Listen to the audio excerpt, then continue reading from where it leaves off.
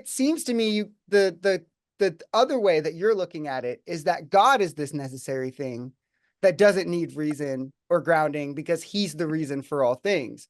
And it's just an exact parody of that to then just say the universe is that, right? I don't see any logical difference there. You don't see a logical difference between God, who has a will, uh, and the universe, what you're saying is basically just doesn't have a will.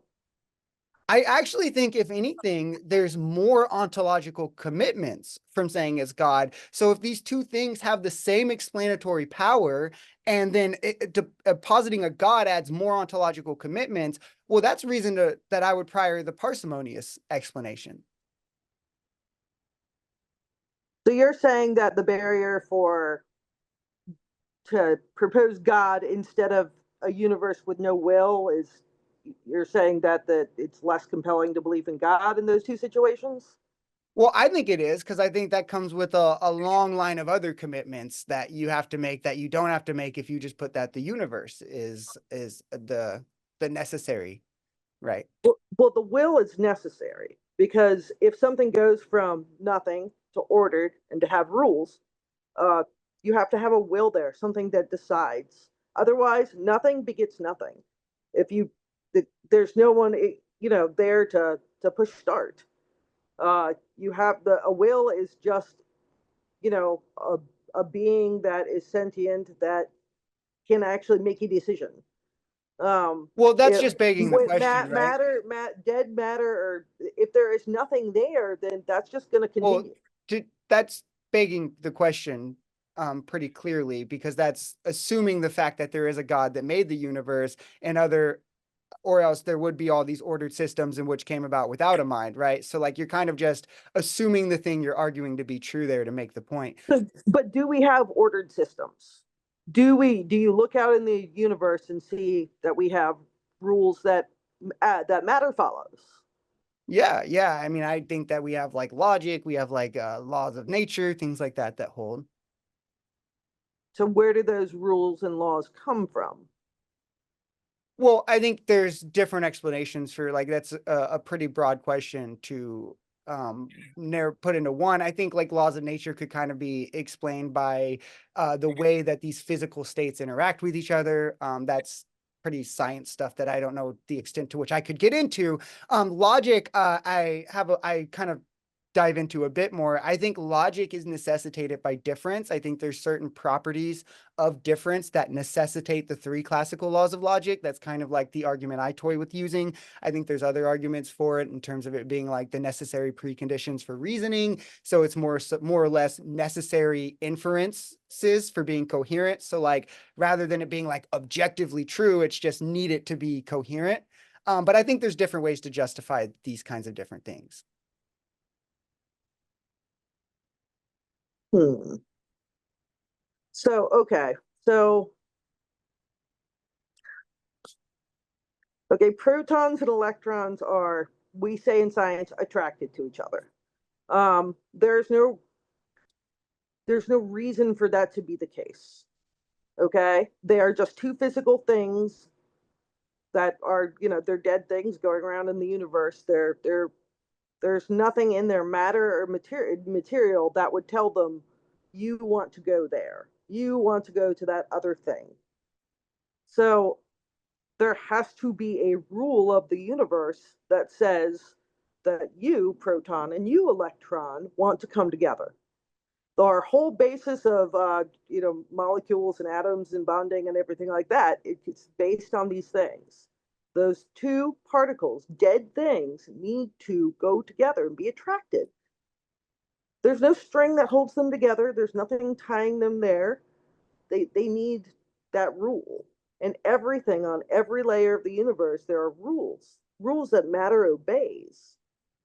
So those rules are immaterial. And the immaterial rules do have to exist in a mind.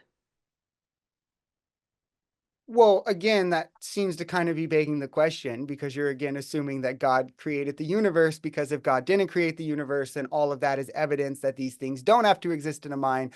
But like also, I just think that It seems close to like a fine tuning argument. I think there's different ways that people respond to like fine tuning kind of arguments. I know like the multiverse is a common one. The idea that, and I don't go into the multiverse stuff a lot, so I don't know exactly, but the idea that when these things happen, there is an infinite amount of universes. If there's an infinite amount of universes, And that's multiplying causes. But okay. So what is your explanation? So why does the proton and electron want to be together? Why are they more stable together?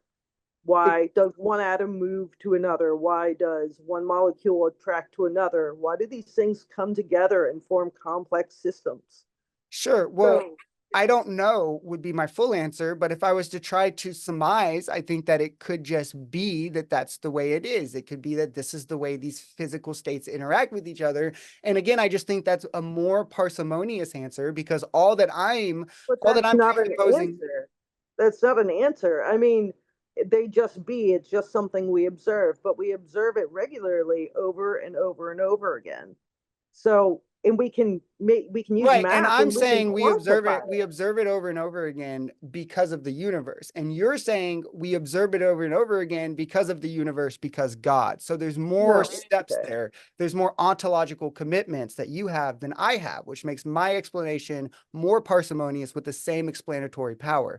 Because neither of us can explain this deeper other than you can posit God, which is God and the universe there, and I can posit just the universe. And I think that we ought, right? We should prefer more parsimonious explanations.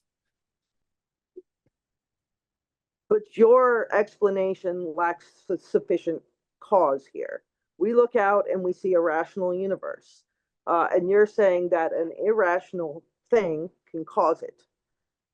So we look out and we see reason and we see, like I said, gravity and the rules of nature just acting the same way every time.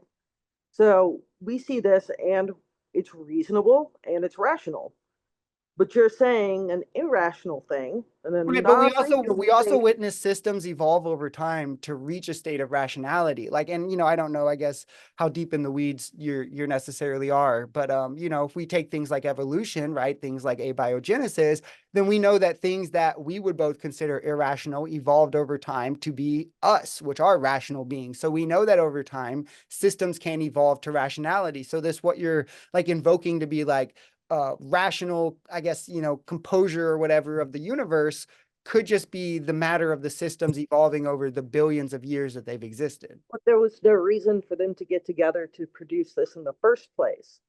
There's absolutely no reason for matter that is dead to come together and form big molecules, and for those molecules to come together and then create some absurd system with protein folding and stuff that produces something that wants to reproduce itself. This shows that before these things even came together, there was a mind or something pushing it in a certain direction. Because otherwise, there's no reason for these things. You say it just happened, but Yes. that's just a non explanation. Well, you're saying it Especially just when we happened look because out and we, God, though. You're saying it just yes, happened God, because the God. very foundation of reason and rationality, the very foundation for everything. It makes a lot more sense that we have a rational being, a God that says to these Right, but these molecules are just to be claims. together. These are all just claims. I don't see a reason to buy these things, right? There's not really like an argument being put forth here. You seem to just say God did this because these things can't exist without God. These things exist, so God has to exist. And you're just like reaffirming the first premise in a different way the second time. So And again, I could just parry that with a similar argument. I could say that these things are only possible if the universe exists, or these things are possible, therefore they must come from the universe, or it must be a necessary fact of I the universe. think that what you're doing is you're giving the universe there as a concept enough power to basically start to look like the God I'm talking about. So you want to stay with universe, but you keep giving it. Uh, I don't think the things you're you talking keep about giving it. require a You keep mind. giving it That's the difference here. supernatural power to give to a supernatural power to grant reason. You say things move because. I mean, but we see reasons. Like I said, we can mathematically quantify these things. We know they have reasons and rationality, and they they have to. So things have to have a reason to come together. Things have to have a reason to be. Well, no, Um, and again, this is like, and I just want to like assert again, this is like very highly contested in philosophy. There's plenty of people, Christopher Daly, Jessica Wilson, plenty of people think necessary things don't need grounding. So I don't think that everything needs like teleology, like it doesn't need purpose or reason if it's necessary. Like if this is the way things need be, then that's enough explanation, right? why would they need to be that way? Because that's the way that states interact, right? That's a simple enough This is just explanation. now. This is just circular. I mean, see, so you've argued yourself into something you can't get out of. Just you're saying it doesn't need a reason. It's necessary and here, and it doesn't. Yeah, it's not circular, it's necessary. I'm just saying maybe the universe is necessary. And if the universe is necessary, the way necessary that the to universe who? interacts is necessary Necessary to who? Necessary for what? to You can use existence. to existence, and now you're giving existence some kind of supernatural power.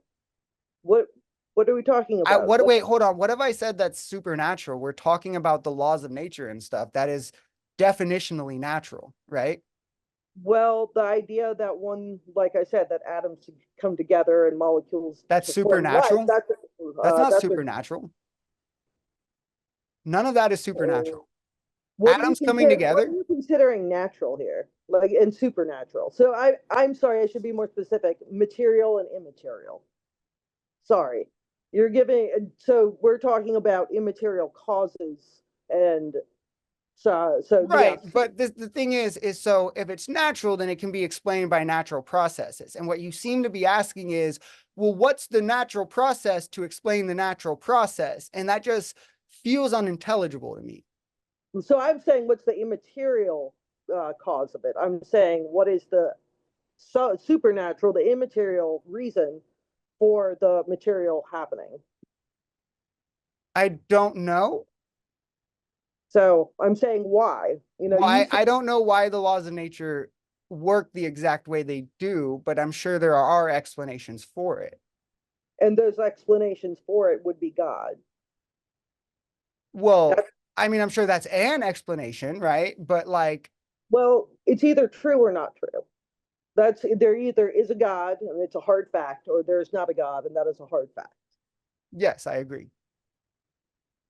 So what we're trying to figure out is which one's more logical, which one's more reasonable. So Right.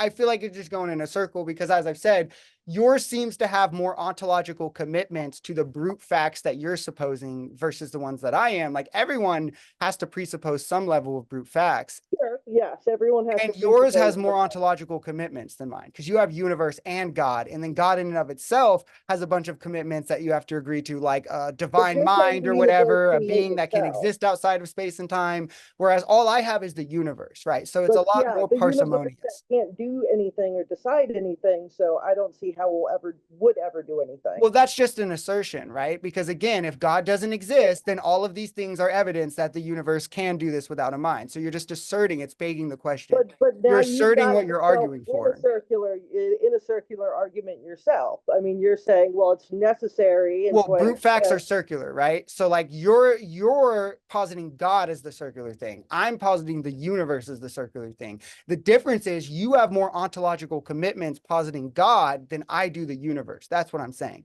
So when it comes to brute facts, I do think everyone has to bite the bullet on them. I think we should try to limit the ontological commitments, the baggage that comes with them.